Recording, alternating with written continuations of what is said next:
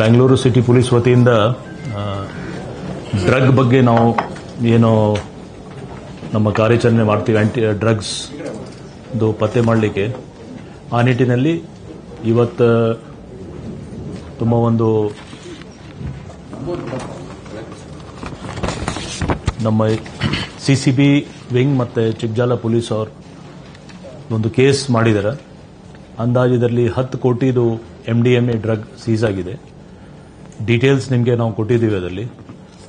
ಯಾಕೆಂದರೆ ಇದರಲ್ಲಿ ಒಬ್ಬ ಫಾರಿನರ್ದು ಇನ್ವಾಲ್ವ್ಮೆಂಟ್ ಇದೆ ಮತ್ತು ಕೆಲವು ಇನ್ನೂ ತನಿಖೆಯಲ್ಲಿ ಇದೆ ಕೇಸ್, ಮತ್ತು ಸ್ವಲ್ಪ ಸೆನ್ಸಿಟಿವ್ ಕೇಸ್ ಇದೆ. ಯಾಕೆಂದರೆ ಹೈ ಪ್ರೊಫೈಲ್ ಹೈ ವ್ಯಾಲ್ಯೂದು ಕೇಸ್ ಇದೆ. ಸೊ ಈ ಥರ ಕೇಸಸ್ ನಾವು ಇನ್ನು ಮುಂದೆ ನಮ್ಮ ಸಿಸಿಬಿ ಅವ್ರಿಗೆ ಆಲ್ರೆಡಿ ನಾವು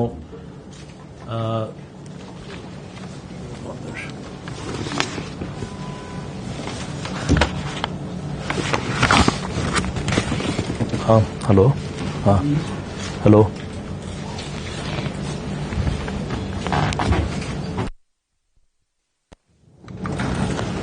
ನಮ್ಮ ಸಿಸಿಬಿ ಪೊಲೀಸ್ ಅವರು ಚಿಕ್ಕಜಾಲ ಪೊಲೀಸ್ ಅವ್ರ ಜೊತೆಗೆ ಸೇರಿ ಮತ್ತೆ ಕೆಲವು ಇನ್ಪುಟ್ಸ್ ಮೇಲೆ ಇದು ಪತ್ತೆ ಮಾಡಿದ್ದಾರೆ. ಅವರು ಬೇರೆ ಕಡೆಯಿಂದ ಬೇರೆ ದೇಶದವರು ಇನ್ವಾಲ್ವ್ ಆಗಿದ್ದಾರೆ, ಮತ್ತೆ ಡೆಲ್ಲಿಯಿಂದ ಬೆಂಗಳೂರಿಗೆ ಯಾವ ರೀತಿ ಅವರು ತಂದಿದ್ದಾರೆ.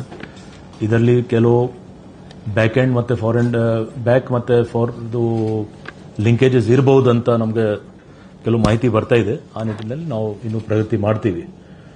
ಸೊ ಮುಂದಿನ ಬರ್ತಾ 26ನೇ ತಾರೀಕಿಗೆ ಒಂದು ಡ್ರಗ್ಸ್ ಬಗ್ಗೆ ವಿಶೇಷವಾಗಿ ನಾವು ಕಾರ್ಯಾಚರಣೆ ಮಾಡ್ತಾ ಇದ್ದೀವಿ. ಅದರಲ್ಲಿ ಮಾನ್ಯ ನಮ್ಮ ಹೋಮ್ ಮಿನಿಸ್ಟರ್ ಸಾಹೇಬರು, DG IGP ಸಾಹೇಬರು ಮತ್ತೆ ಇನ್ನಿತರ ಬೇರೆ ವಿಂಗ್ಸ್ ಅವರು ಎಲ್ಲರೂ ನಾವು ಸೇರಿಕೊಂಡು ಒಂದು ವಿಶೇಷ ಕಾರ್ಯಕ್ರಮ ಮಾಡ್ತೀವಿ. ಅದರದ್ದು ಪ್ರೆಸ್ ನೋಟ್ ಕೂಡ ನಿಮಗೆ ಕೊಡಲಾಗಿದೆ.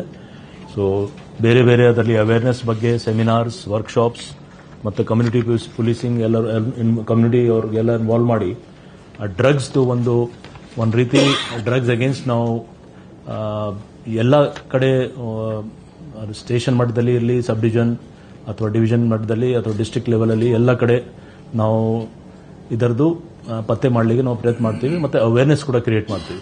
ಸೊ ಇದು ಬಹಳ ಒಳ್ಳೆಯ ಕೆಲಸ ನಮ್ಮ ಸಿಸಿಬಿ ಅವರು ಮತ್ತು ಚಿಕ್ಕಜಾಲ ಪೊಲೀಸ್ ಅವರು ಮಾಡಿದ್ದಾರೆ.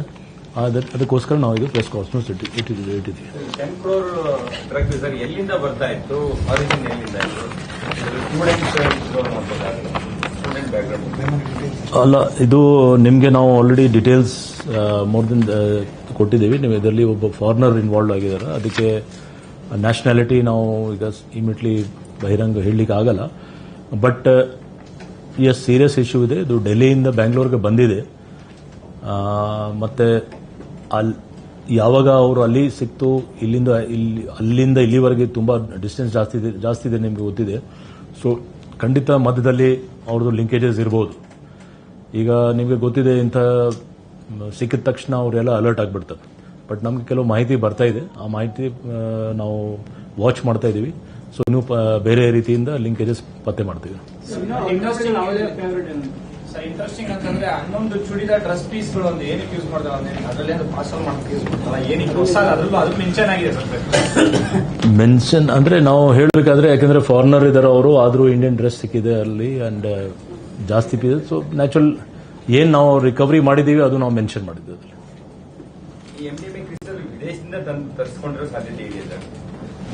ನಾನು ನಿಮ್ಗೆ ಹೇಳಿದಲ್ಲ, ಆ ಜನದ್ದು ನಮಗೆ ರೆಕಾರ್ಡ್ ಸಿಕ್ಕಿದೆ. ಲ್ಯಾಂಡ್ ಫಾರಿನ್ ಕಂಟ್ರಿಯಿಂದ ಇಲ್ಲಿ ಬಂದಿದೆ, ಅದು ಗೊತ್ತಾಗಿದೆ. ಬಟ್ ಈ ಡ್ರಗ್ ಯಾವಾಗ ಬಂತು, ಹೇಗೆ ಬಂತು, ಅದರ ಬಗ್ಗೆ ತನಿಖೆ ಮಾಡ್ತೀವಿ.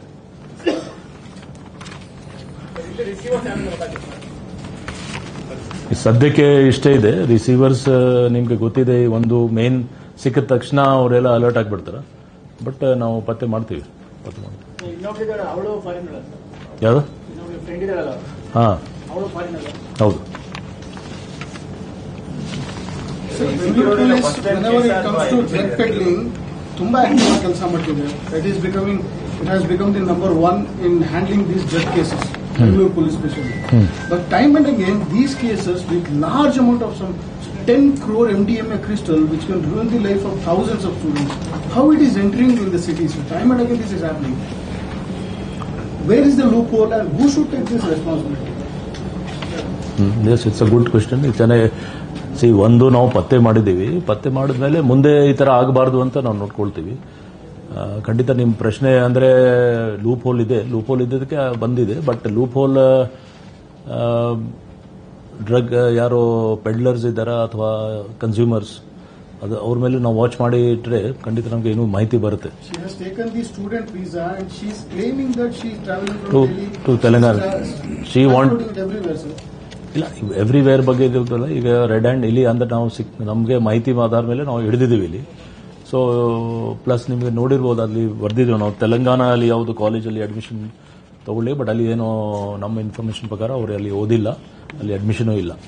But this is a very common practice. ಒಂದು ಕಡೆ ಲ್ಯಾಂಡ್ ಆಗೋದು, ಬೇರೆ ಕಡೆ ಹೋಗೋದು. ಸೊ ಇಲ್ಲಿ FRR ಅಲ್ಲಿ ಎಂಟ್ರಿ ಇರಲ್ಲ. ಸೊ ಅದು ಒಂದು ಸಮಸ್ಯೆ ಇದೆ.